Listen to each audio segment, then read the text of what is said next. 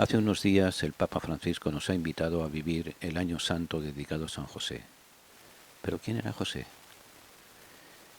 Lo podríamos decir como le decían en su pueblo, en el pueblo donde José vivía, también le llamaban Pepe. Y vivía no precisamente en un lugar divertido, apenas media docena de casas diseminadas en las faldas de una montaña.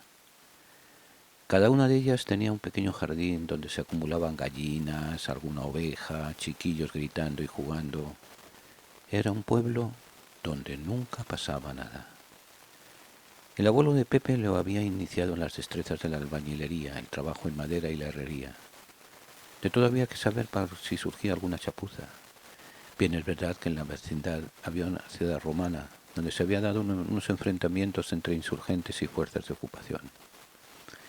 Los resultados fueron desastrosos para ambas partes. La ciudad fue destruida y la sangre rebelde empapó inútilmente la tierra. Pasados los enfrentamientos se reconstruyó la ciudad. Eso llevó a la contratación de mano de obra especializada, y Pepe pudo conseguir un trabajo más o menos estable que le permitió ayudar a la familia y sobre todo le permitió salir del pueblo. De domingo a jueves la jornada era agotadora. Era un largo camino. A ello se añadía el trabajo. Total, que los fines de semana los dedicaba a descansar y a cumplir con la ley de Dios, algo que había visto desde niño en la familia. Ya estaba entrado en edad de buscar una mujer para hacer pareja y formar una familia. Los ahorros de sus trabajos esporádicos en el pueblo, más lo acumulado en la reconstrucción de Séforis, le permitía mirar el futuro con optimismo. Había muchas muchachas en el pueblo en edad casadera, y a no dudarlo le había echado él el ojo a alguna de ellas. En las conversaciones mantenidas con su padre, salió en más de una ocasión el tema del matrimonio. Era tiempo ya de ir pensando en una familia, y que fuera numerosa. Padre e hijo se pusieron a la tarea de buscar y escoger. El padre, en definitiva, tendría la última palabra. Se encargaría de hacer el contrato con el futuro suegro de su hijo. Después de ojear y conocer lo que había en el pueblo, se decidieron por una tal María. Se veía buena persona, de constitución fuerte y capaz de ser buena madre. Era hija única de una familia que tenía lazos con la tribu de Leví. Un familiar lejano de nombre Zacarías, esposo de Isabel, su prima mayor, era sacerdote en el templo de Jerusalén. Sería, a no dudarlo, un buen partido. Según lo acordado por las leyes vigentes, el padre de Pepe se entrevistó con el padre de María. Acordaron el matrimonio para el año siguiente. Se celebró una gran fiesta para el anuncio. Todo el pueblo se alegró y participó alegremente.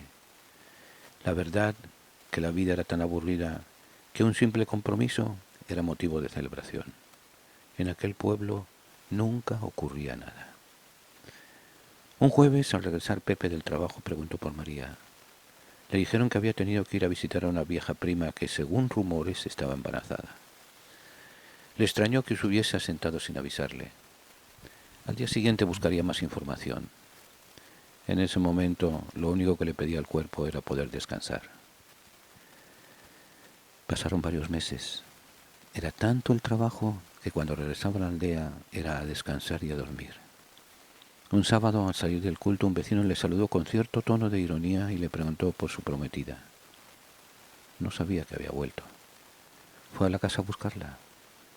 Su sorpresa fue grande. Aquella hermosa joven, alegre, habladora, le miró fijamente. Se quedó pasmado. La mujer con quien soñaba, la futura madre de sus hijos, la joven de largo cabello negro, tez morena, estaba embarazada. Y por el tamaño del vientre de unos 4 meses, el mismo tiempo que no se veían. El silencio fue la única respuesta. La miró profundamente a los ojos y se alejó con ánimo de no volverla a ver. Todo aquello que quería que hubiera sido una pesadilla de la cual se despertaría al día siguiente. No podía ser que su María lo hubiera engañado. Se fue a caminar solo por entre los olivos del pueblo. No quería hablar con nadie. Entrada la noche se volvió a la casa. No quería que le vieran los ojos hinchados de tanto llorar. Se fue a dormir al pajar argumentando que hacía mucho calor en la casa y prefería el fresco de la noche. Tardó mucho en dormir.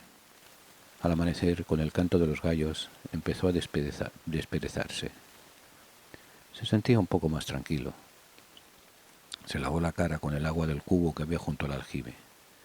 Besó a su madre que salía al patio a echar de comer a las gallinas. En el horno encontró unos pedazos de pan y un cuenco con leche de cabra recién hervida. Tranquilamente comió y salió decidido a encontrarse con el rabino para que anulara el contrato del compromiso de matrimonio. Se iría del pueblo. Quizás en Séforis encontraría un lugar para vivir. El caso era alejarse y olvidarse de María.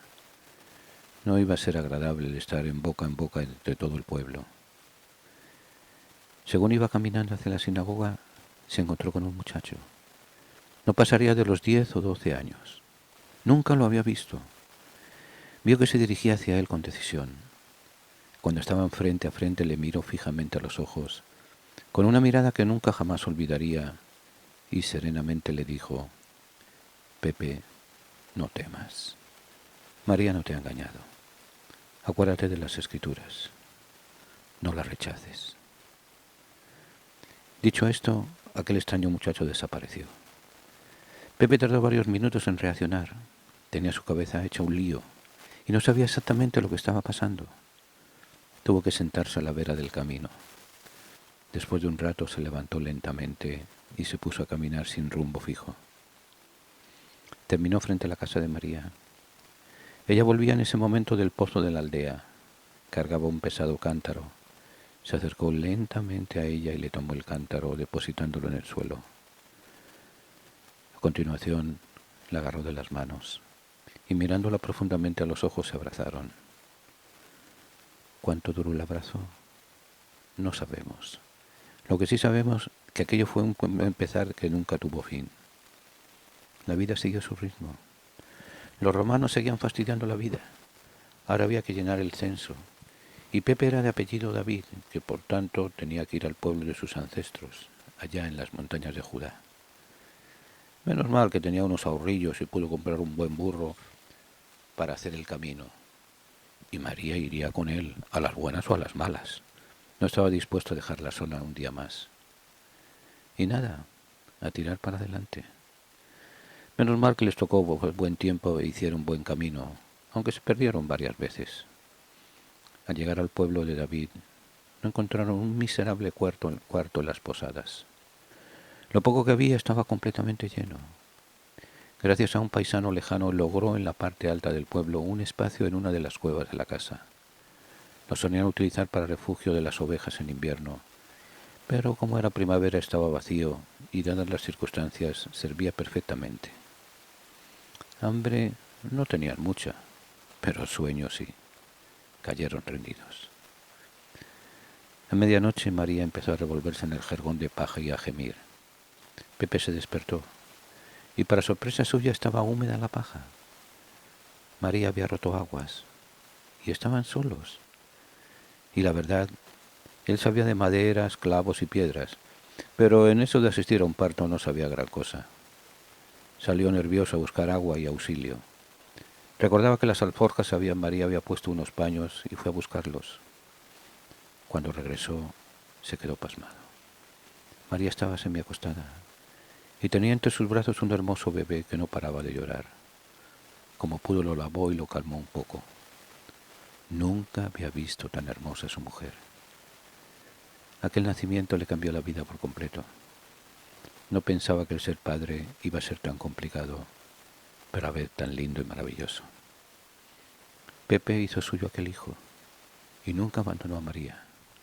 Fue el protector de ambos para siempre.